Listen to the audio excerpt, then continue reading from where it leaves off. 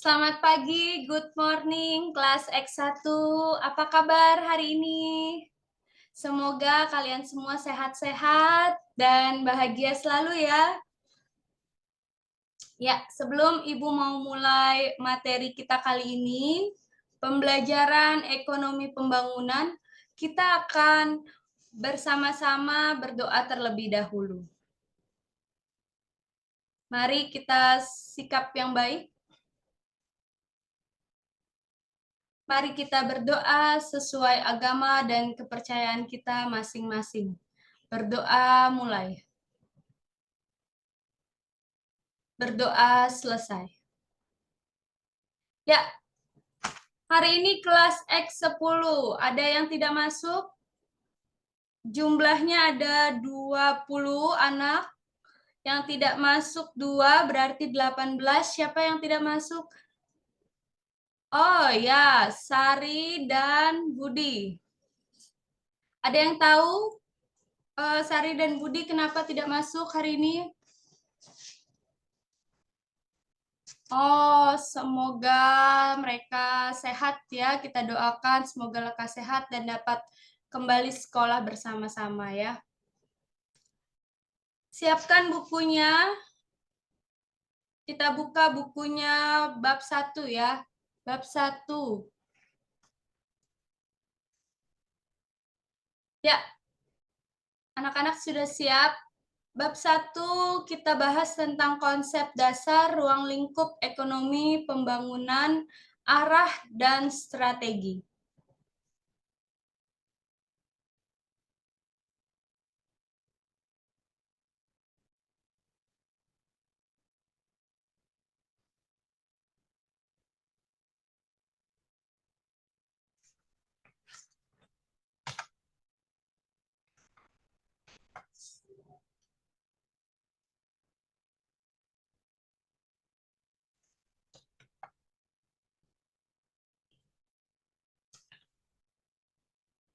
Strategi pembangunan ekonomi. Ada yang tahu strategi pembangunan ekonomi? Terutama di negara kita ini, yaitu kemiskinan serta mengurangi pengangguran. Berikut ada target-target ekonomi. Pertama, pendapatan per kapita. Kita harus meningkatkan pendapatan per kapita negara. Lalu kita melihat dari neraca pembayaran. Pertumbuhan ekonomi, jumlah pengangguran, serta tingkat kemiskinan.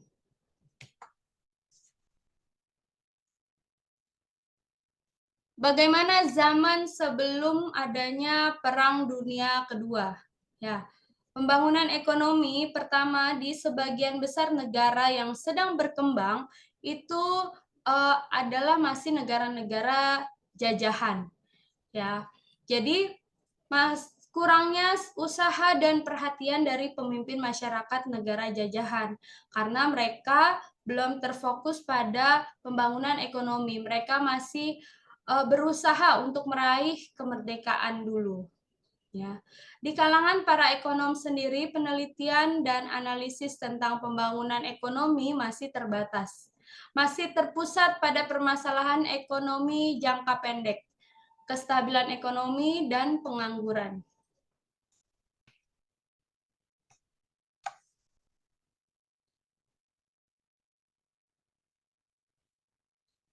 Bagaimana zaman setelah Perang Dunia Kedua?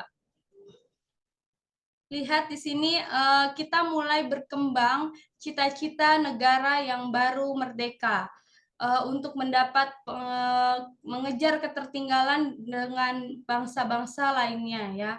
Di bidang ekonomi, setelah itu juga berkembangnya perhatian dari negara-negara maju terhadap usaha pembangunan ekonomi. Fenomena ini didorong oleh rasa kemanusiaan negara maju dalam mempercepat pembangunan ekonomi karena negara-negara maju pun juga membutuhkan negara-negara berkembang dalam pembangunan ekonominya. Ekonomi pembangunan. Kita lihat di sini. Ekonomi pembangunan adalah sebuah cabang ilmu ekonomi yang menganalisis masalah-masalah yang dihadapi oleh negara yang sedang berkembang dan mencari solusi atau cara-cara untuk mengatasi permasalahan tersebut agar pembangunan ekonomi dapat berkembang dengan lebih cepat. Pembangunan ekonomi ini merupakan multidimensional, melibatkan perubahan-perubahan besar dalam struktur sosial, sikap mental, dan lembaga-lembaga nasional, termasuk percepatan pertumbuhan ekonomi, pengurangan, serta pemberantasan kemiskinan.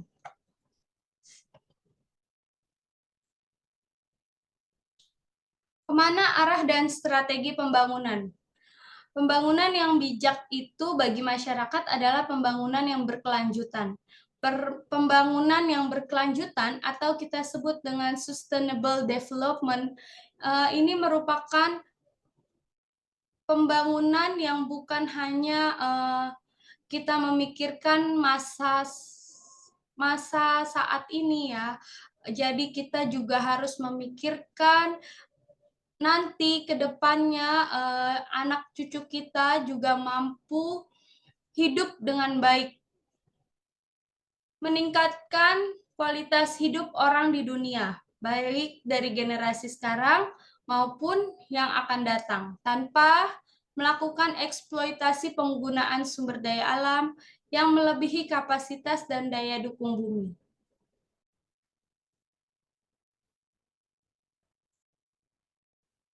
Kita lihat tujuan dalam pembangunan milenium. Sebelumnya yaitu Millennium Development Goals, disingkat MDGs ini, di tahun 2000, tahun milenium, ditandatangani oleh 189 negara sebagai deklarasi milenium di markas besar PBB. Tetapi sudah tidak berlaku lagi sejak akhir 2015. Tujuannya apa? Tujuan dari pembangunan berkelanjutan atau Sustainable Development Goals ini yang disingkat dengan SDGs atau sebagai Global Goals, resolusi dari PBB ini diterbitkan pada 21 Oktober 2015 hingga tahun 2030. Ada 17 the global goals, yaitu yang pertama, no poverty, yaitu mengurangi kemiskinan, pengentasan segala bentuk kemiskinan di dunia. Yang kedua adalah zero hunger. Zero hunger yaitu tanpa kelaparan. Jadi kita mengakhiri kelaparan yang terjadi di seluruh dunia, kita memperkuat ketahanan pangan kita.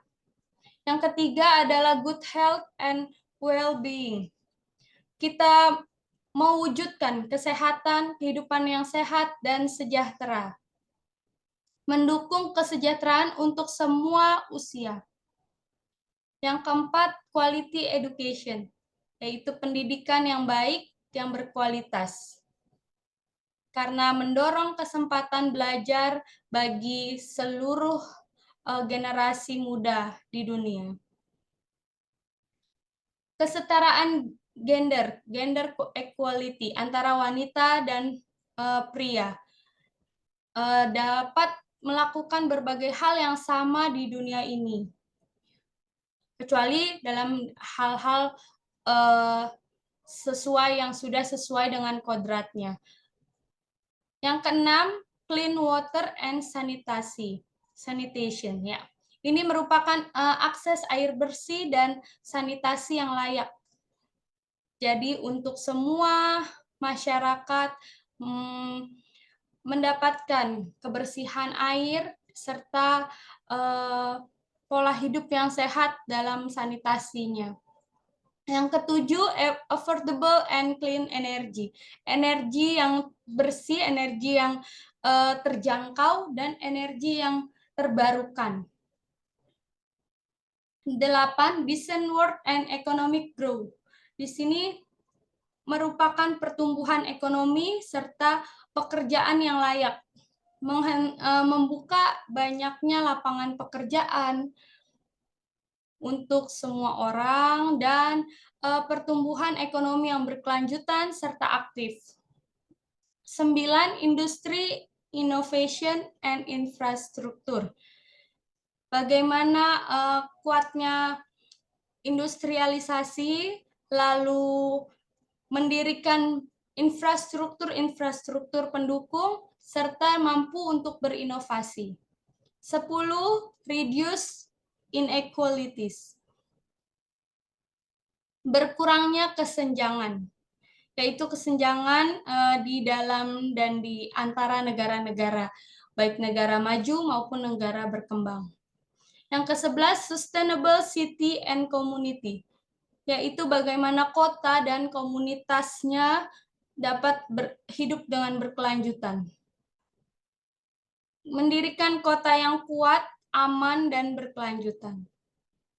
12, responsible consumption and production. Konsumsi dan produksi yang bertanggung jawab. Memastikan pola konsumsi dan produksi yang berkelanjutan. 13, climate action, ya ini adalah penanganan perubahan iklim, mengambil langkah-langkah penting untuk melawan perubahan iklim serta dampak dari perubahan iklim tersebut. Ke-14, life below water, ekosistem laut. Bagaimana kita menjaga, melindungi penggunaan samudra, laut, dan seluruh sumber daya kelautan secara berkelanjutan. 15, life on land, yaitu ekosistem di daratan. Mengelola hutan secara berkelanjutan, melawan perubahan lahan menjadi gurun, menghentikan dan merehabilitasi kerusakan lahan, menghentikan kepunahan keberagaman hayati. 16, peace and justice, strong institution, yaitu adalah perdamaian, keadilan, dan kelembagaan yang tangguh. Bagaimana mendorong masyarakat yang adil, damai, dan inklusif. 17, partnership for the goals. Partnership for the goals merupakan kemitraan untuk mencapai tujuan, menghidupkan kembali kemitraan global demi pembangunan yang berkelanjutan. Kemitraan secara mendunia, baik dari negara-negara yang berkembang maupun negara-negara maju. Inilah the global goals, 17 global goals for sustainable development.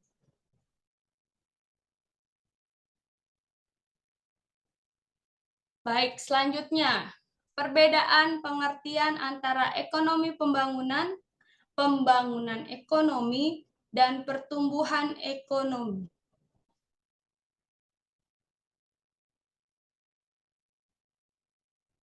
Ekonomi pembangunan. Ini merupakan salah satu bagian dari ilmu ekonomi yang secara spesifik mempelajari persoalan pembangunan yang sudah dilakukan, sedang dilakukan, dan akan terjadi di negara berkembang. Pembangunan tersebut mencakup industri, perbankan, keuangan, dan bisnis. Ya, selain itu, di program studi ini, kamu akan menganalisis berbagai isu-isu perekonomian untuk kemudian mencari dan menemukan solusi dari berbagai persoalan ekonomi secara kritis, kreatif, serta inovatif. Sedangkan pembangunan ekonomi di sini merupakan suatu proses dari kenaikan pendapatan total dan pendapatan per kapita dengan memperhitungkan adanya pertambahan penduduk disertai dengan perubahan fundamental dalam struktur ekonomi suatu negara serta pemerataan pendapatan bagi penduduk suatu negara. Pertumbuhan ekonomi kita lihat di sini merupakan kenaikan kapasitas produksi suatu perekonomian yang diwujudkan dalam bentuk kenaikan pendapatan nasional. Suatu negara dikatakan mengalami pertumbuhan ekonomi apabila terjadi peningkatan produk nasional bruto atau PNB, GNP real di negara tersebut. Adanya pertumbuhan ekonomi merupakan indikasi keberhasilan pembangunan ekonomi. Ada 3 elemen yang berkaitan dengan pembangunan ekonomi. Pertama yaitu pembangunan sebagai suatu proses. Kedua, pembangunan sebagai suatu usaha untuk meningkatkan pendapatan per kapita. Ketiga, peningkatan pendapatan per kapita harus berlangsung dalam jangka panjang.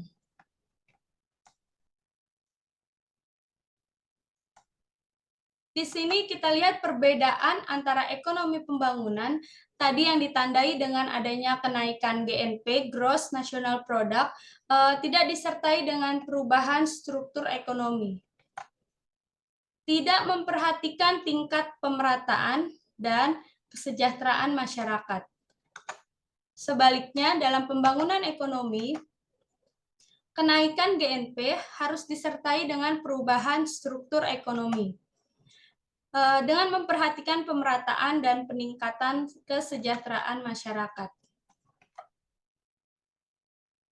Jadi kesimpulannya, pertumbuhan ekonomi dan pembangunan ekonomi ini mempunyai keterikatan.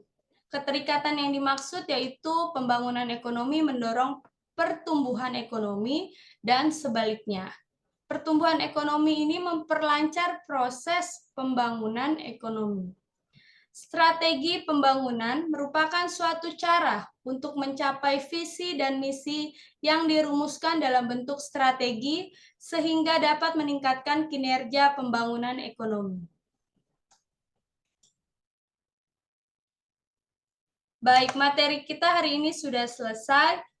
Nanti kalian bisa rangkum materi kelas kita hari ini. Ada pertanyaan yang mau disampaikan? Kita buka sesi tanya jawab ya.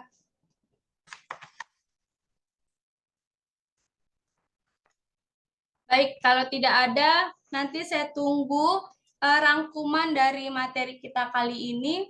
Terima kasih, mari sebelum kita tutup pelajaran pada hari ini, kita akhiri dengan doa penutup.